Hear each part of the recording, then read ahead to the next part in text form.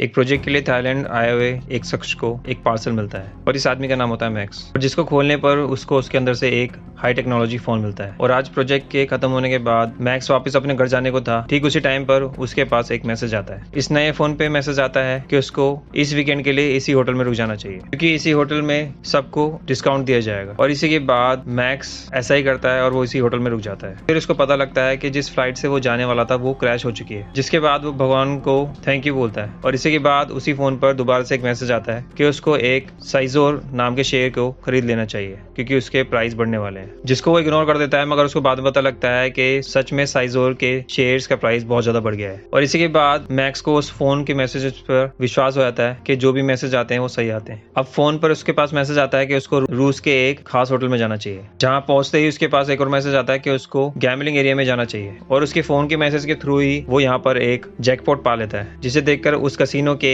Manager को max पर शक हो जाता है। अब इसी के बाद कुछ अनजान शख्स इसको मिलते हैं जो कि धोखे से इसके फोन के सिम का क्लोन बना लेते हैं और फिर ये जानने की कोशिश करते हैं कि उसको मैसेजेस कहाँ से आ रहे हैं। अब जब उसके सिम का क्लोन बना चुके थे और मैनेजर इसके मैसेजेस चेक करने की कोशिश करता है कि मैसेजेस कहाँ से आ रहे हैं, वो इसको नहीं जान पाते। इसके बाद ही मैक्स एक इंजीनियर की मदद से एक गैजेट बनवाता है, जिसके जरिए वो फोन की स्क्रीन बिना देखे ही उसके मैसेजेस सुन सकता है। और इसी के जरिए वो अब कैसीनो में वापस आता है और दोबारा से जैकपॉट जीतने लगता है। और इसी के बाद इस कैसीनो का मैनेजर उसको पकड़ लेता है, जिसके बाद मैक्स को FBI उठा के ले जाती है। और इसके बाद ही मैक्स से पूछा जाता है कि वो सच सच बताया कि उसके पास मैसेजेस कौन भेजता है, मगर मैक्स को तो इसके बारे में कुछ भी नहीं पता था। और इसके बाद ही FBI के पास वो मैनेजर आता है, कैसीनो का मैनेजर, और पूछता है कि उसके पास मैसेजेस कहाँ से आ रहे थे। जहाँ पर FBI उसको बताते हैं ये पहला केस नहीं है, इससे पहले भी कई लोगों को ऐसे फोन्स मिले हैं और ऐसे मैसेजेस आते हैं जिसके जरिए वो जल्दी पैसा कमा लेते हैं। और साथ साथ में FBI एजेंट ये बताता है कि इसके बाद ही जब भी ये उन शख्स की जानकारी लेने की कोशिश करते हैं, उसके बाद ही उन सारे आदमियों का कोई मर्डर करवा देता है। अब इसके बाद ही FBI मैक्स को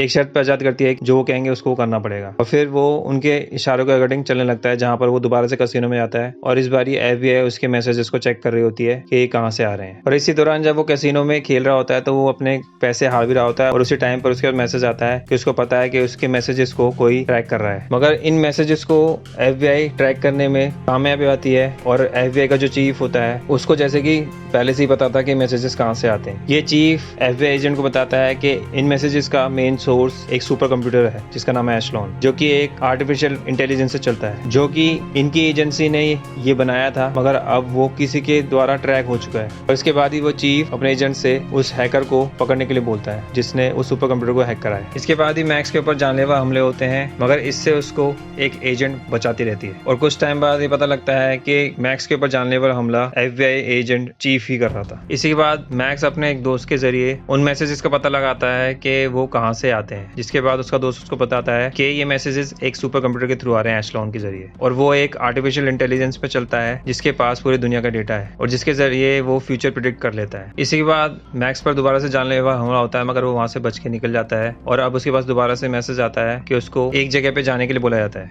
अब जिस जगह पे मैक्स आया था उसी जगह पे कुछ कंप्यूटर्स होते हैं जिनको एशलॉन सुपर कंप्यूटर अपने से कनेक्ट करना चाहता था, और यही मैसेज वो मैक्स को भेजता है, जिसके बाद मैक्स उन कंप्यूटर को ऑन कर देता है ताकि AI सुपर कंप्यूटर उससे कनेक्ट हो जाए। मगर इससे एशलॉन पूरी दुनिया का डेटा अपने पास रख सकता है और पूरी दुनिया पे कब्जा कर सकता है। जिसके बाद मैक्स इस चीज को नोटिस करता है और वो उस सुपर कंप्यूटर को समझाने की कोशिश करता है कि उसको लोगों के सिक्योरिटी के लिए बनाया गया था, ना कि उनके ऊपर कब्जा करने के लिए। जिस चीज को AI सुपर कंप्यूटर समझता है, और उसके बाद वो अपने आप से ही खुद को खत्म करने लगता है और सारा डेटा डिलीट करता है और अपने आप को शट डाउन कर लेता है।